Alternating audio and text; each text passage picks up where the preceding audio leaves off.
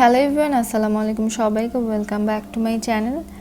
আজকে আমি আপনাদের সাথে শেয়ার করব মাওয়া সেই বিখ্যাত ইলিশ মাছের লেজ ভর্তা। সামনে আসছে পহেলা বৈশাখ। আমাদের বাঙালিদের জন্য সেই দিনটার মানেই হচ্ছে পান্তা ভাত আর ইলিশ মাছ ভাজা। তার উপর যদি হয় ইলিশ মাছ ভাজার লেজের ভর্তা, তাহলে তো কোনো কথাই নেই। ভর্তাটা খুবই সহজে বাটাবাটি ঝামেলা ছাড়াই বানানো যায়। চলুন তাহলে দেখে নেই।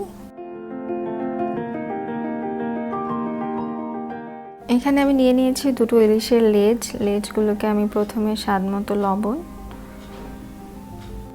হাফ চামচ হলুদ, সামান্য মরিচের গুঁড়া আর হালকা পানি দিয়ে মেখে নিচ্ছি।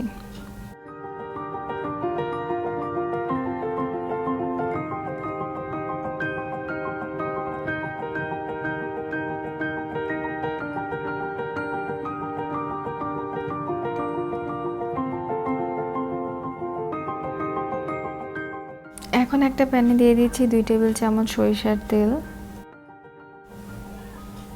তেলগুলো হালকা গরম হলে লেজগুলো ভেজে নিব।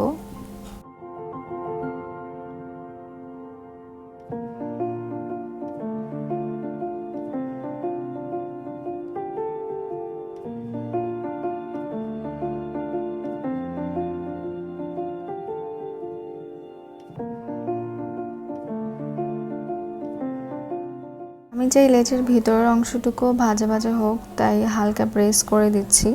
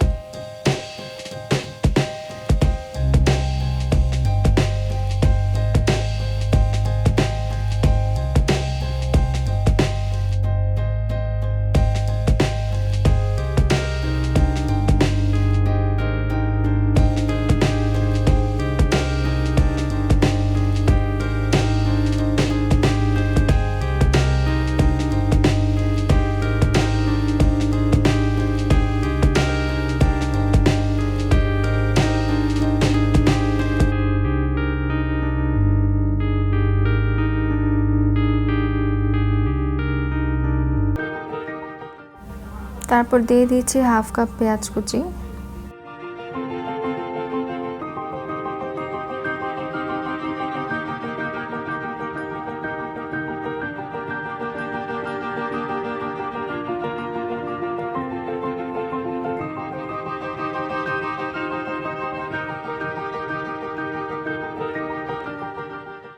এরপর দিয়ে দিব 2 টেবিল চামচ ধনেপাতা কুচি আর সেই মাছ ভাজার তেলটুকু।